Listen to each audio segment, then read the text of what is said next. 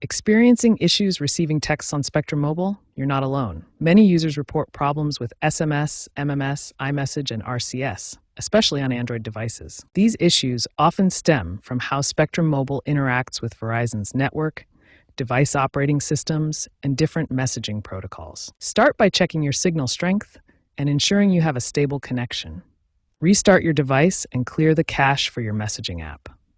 Verify that your APN access point name settings are correct. Spectrum uses Verizon's CDMA network. If you're an iPhone user, ensure iMessage is properly activated. Android users on RCS should check for updates to Google Messages and ensure RCS is enabled. Temporarily disable Wi-Fi calling, as it can sometimes interfere with text delivery. Toggling airplane mode on and off can also refresh your connection. If these basic steps don't work, move on to more advanced troubleshooting. If basic troubleshooting fails, consider these advanced fixes for Spectrum Mobile texting issues. For Android users, try disabling and re-enabling RCS in Google Messages, as a bug in Spectrum's Jibe server can sometimes cause issues. iPhone users experiencing iMessage failures should reset their network settings. Contact Spectrum Mobile support to check for any ongoing network maintenance or outages in your area.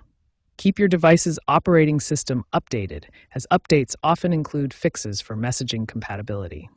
Look out for Spectrum's RCS rollout. While it's currently in beta, full adoption could improve MMS reliability. By 2026, wider RCS adoption is expected to resolve many MMS issues through end-to-end encryption.